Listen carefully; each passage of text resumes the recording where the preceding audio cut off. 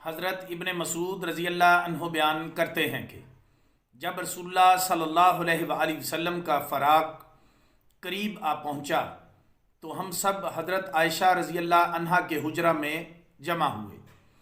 آپ نے ہماری طرف دیکھا، پھر آپ کی آنکھوں سے آنسو جاری ہو گئے۔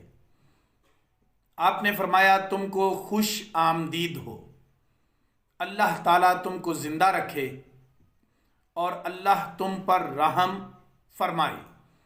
میں تم کو اللہ سے ڈرنے اور اس کی اطاعت کرنے کی وصیت کرتا ہوں۔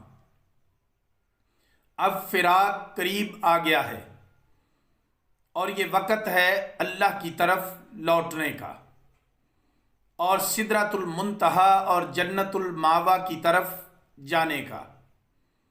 میرے گھر کے لوگ مجھے غسل دیں گے اور مجھے کفن ان کپڑوں میں پہنائیں گے اگر وہ چاہیں، یا حلہ یا مانا میں۔ پس جب تم مجھے غسل دے چکو اور کفن پہنا چکو تو مجھے میرے اس تخت پر میرے حجرے میں رکھ دینا، میری لاحد کے کنارے پر۔ پھر کچھ دیر کے لیے میرے اس حجرے سے نکل جانا۔ سب سے پہلے میرے حبیب حضرت جبرائیل میری نماز جنازہ پڑھیں گے، پھر حضرت میکائیل، پھر حضرت اسرافیل، پھر ملک الموت اپنے لشکر کے ساتھ میری نماز جنازہ پڑھیں گے۔ پھر تم گروہ در گروہ آ کر میری نماز جنازہ پڑھنا۔ مسلمانوں نے جب آپ کے فراق کا سنا تو وہ رونے لگے اور کہنے لگے، یا رسول اللہ، آپ ہمارے رب کے رسول ہیں اور ہماری جماعت کی شمع ہیں اور ہمارے معاملات کی برہان ہیں۔ جب آپ چلے جائیں گے تو ہم اپنے معاملات میں کس کی طرف رجوع کریں گے؟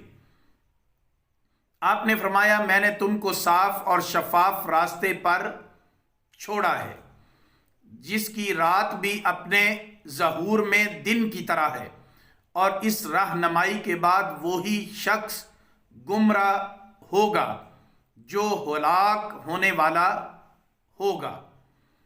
اور میں نے تمہارے لیے دو نصیحت کرنے والے چھوڑے ہیں، ایک ناطق ہے اور دوسرا ساکت ہے۔ رہا ناطق تو وہ قرآن کریم ہے اور رہا ساکت تو وہ موت ہے۔ بس جب تم کو کوئی مشکل پیش آئے تو تم قرآن اور سنت کی طرف رجوع کرنا، اور جب تمہارے دل سخت ہو جائیں تو تم مردوں کے احوال پر غور کرنا۔ پھر اس دن رسول اللہ صلی اللہ علیہ وآلہ وسلم بیمار ہوئے اور آپ کو درد سر کا عارضہ ہوا۔ آپ 18 روز تک بیمار رہے اور مسلمان آپ کی عیادت کرتے رہے۔ پھر پیر کے دن آپ کا وصال ہو گیا اور اسی دن آپ کی بعثت ہوئی تھی۔ پھر حضرت علی رضی اللہ عنہ اور حضرت فضل بن عباس رضی اللہ عنہما نے آپ کو غسل دیا، اور بدھ کی شب جب نصف گزر چکی تھی آپ کو دفن کر دیا گیا۔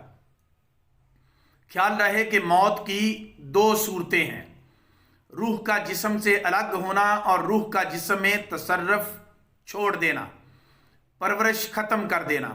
انبیاء کی موت پہلے معنی میں ہے، یعنی خروج روح عن الجسم، اور عوام کی موت پہلے دوسرے دونوں معنی میں ہے۔ لہٰذا نبی کی روح جسم سے علیحدہ ہو جاتی ہے، جس بنا پر ان کا دفن، کفن وغیرہ سب کچھ ہوتا ہے، مگر ان کی روح ان کے جسم کی پرورش کرتی رہتی ہے، اسی لیے ان کے جسم گلتے نہیں اور زائرین کو پہچانتے ہیں، ان کا سلام سنتے ہیں، ان کی فریاد رسی اور مشکل کشائی کرتے ہیں۔ وما علینا الا البلاغ المبین۔